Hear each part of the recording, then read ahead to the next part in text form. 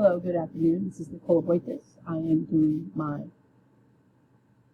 research paper, my final paper on healthcare systems. So who has the better healthcare system, the United States or the United Kingdom? Introduction. United States healthcare. We're talking about the United States healthcare, the United Kingdom healthcare, comparison, contrast the two, pros and cons, my methodology used, the conclusion, what is better, and then I'm going to recap one more time on the methodology. So the conclusion, I'm going to take the facts of the slideshow, and then I'm going to do my opinion on it. So the overview of the United States. United States population is estimated at 329,064,917 people. Now I am unsure if that is documented, undocumented, added to that, legal citizens, but that's a good amount of people. Let's just say undocumented. Let's just take undocumented. That is a lot of people. And out of all those people, 18% are left uninsured. I fall in that 18% left uninsured. Medical insurance is paid through private care, Medicare, or Medicaid. These are the three options that we're allowed: private care, Medicare, and Medicaid. On Google, it says that Americans spent $3.3 trillion on health care, or about $10,348 per person. Now, if you were to ask me, I do not have $10,348 to spend on myself to make sure that I am okay. I will pray and take all my chances to not get sick and not catch anything, because that number right there makes my heart drop, and I do not have the funds on top of being a single parent with 2 kids to take care of that number right there. United Kingdom overview. So the United Kingdom population is estimated about 67,530,172. The medical insurance is paid through higher tax rates, and no one is left in medical debt. That sounds very nice, that no one is left in medical debt. If I could take my medical debt number on my credit score page, that would make my credit score go up if that was gone. And I could probably buy or rent an apartment or a house, because I wouldn't have that number sitting on my credit score. Unfortunately, as before, I no longer didn't afford medical insurance for my kids, so that's why. Medical insurance paid to the higher tax rate. So we put a little bit more money in government terms, and they pay our medical bills. So the American Health Care Act, the ACA, it launched March 2010. It is known as Obamacare, but since Obama is no longer sitting president, we commonly refer to it as Affordable Care Act, which is the ACA. What the hope is to change healthcare, yet it's still dysfunctional. And why is it dysfunctional? Because patients, citizens, we are left with outstanding medical debt. That is why. And the goal. What is the goal? If we had a goal for America, what would it be? It'd be to increase access to health care within the existing healthcare framework and without increasing costs. So let's break that down. So increasing access to health care, great. And then it wouldn't hurt my pocket, even better. But unfortunately, it doesn't work that way. The more you want, the more it's going to cost you, the higher price you're going to have to pay. It's going to be a real pretty penny. Individual mandate. Each U.S. citizen and legal resident is to obtain health care. So, before I get started, just rewind a little bit. So they have about three to four, however we're looking at it. So they have individual mandate, employer mandate, deductibles, and co-payments. Daily payments kind of go together, so I just kind of put those together. So individual mandate. Each citizen and legal resident obtain health care. That's their objective, or that's a little goal. Like, at least, if you can't have it, it's not guaranteed, but hey, it's an arm's reach, and either you can afford it, or you're going to struggle to afford it. But it's not going to get handed to you. It doesn't work like that here. Employer mandate. So employers of 50 or more workers will face increased tax liability if they do not provide health insurance for their workers. So my employers,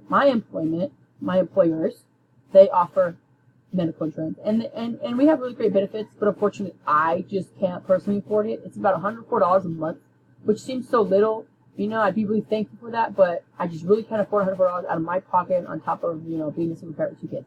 That's kind of impossible. That $104 I can take to my children, they're 3, so I just let you know it's from potty training to diapers to clothes, growing super fast, daycare, all that adds up, and that $104 is going to be taken in. That's just medical insurance, not vision or dental is in that one.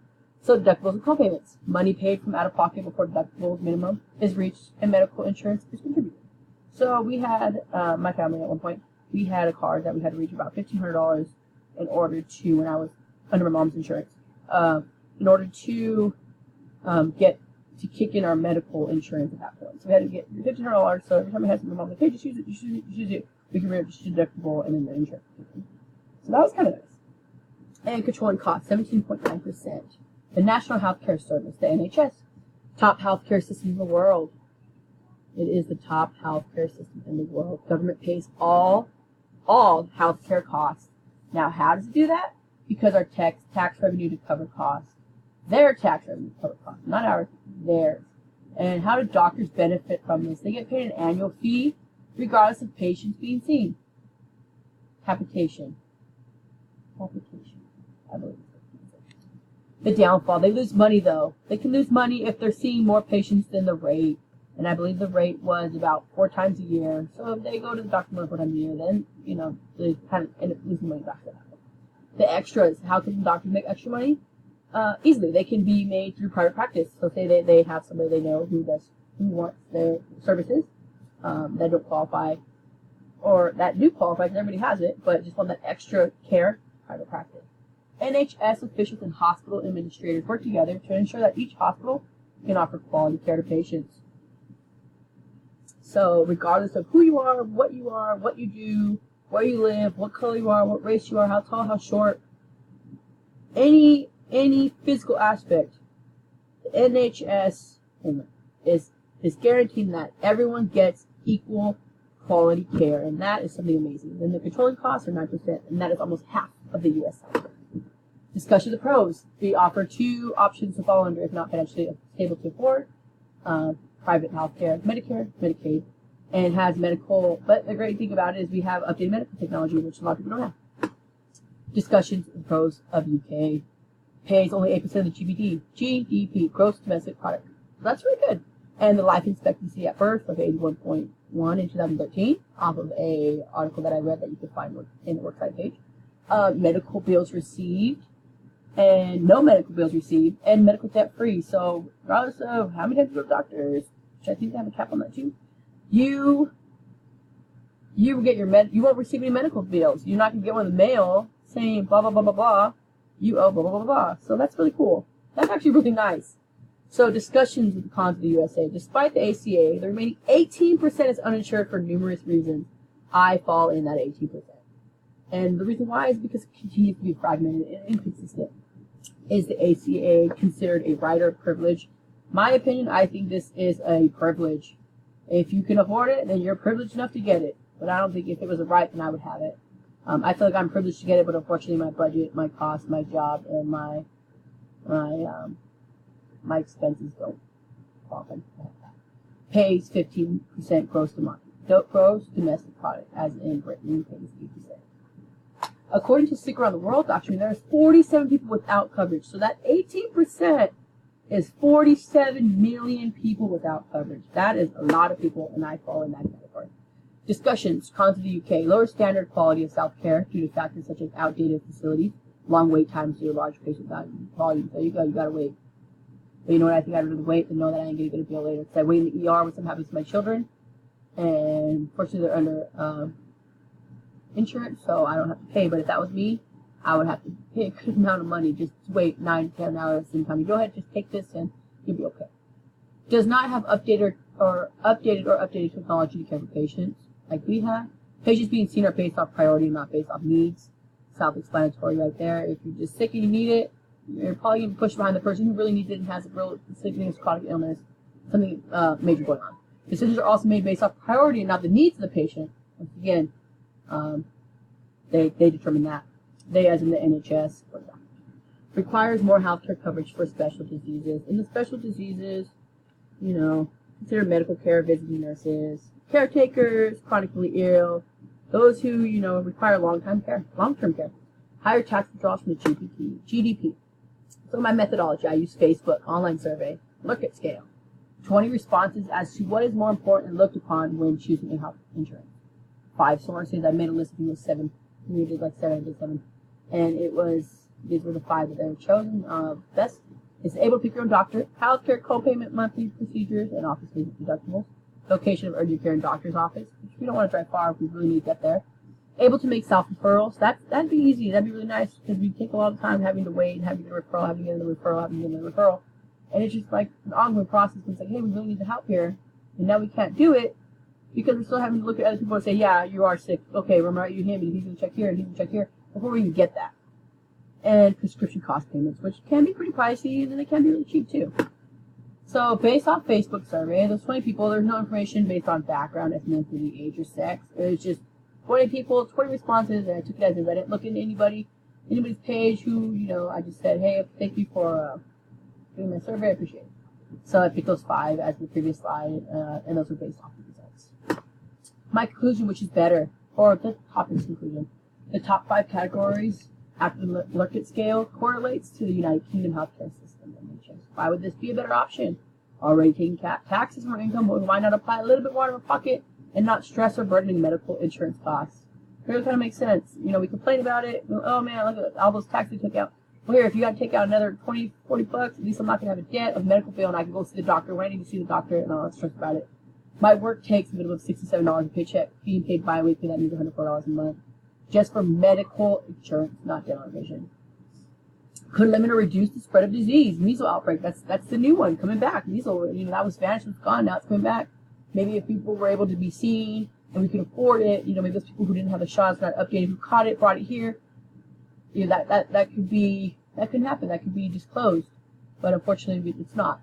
Save money and lives to better our country. We can save money. We'll have people can afford houses, people can afford renting apartments because the money that they're putting in medical bills and co-payments and deductibles, they can save in their pocket to put towards a house.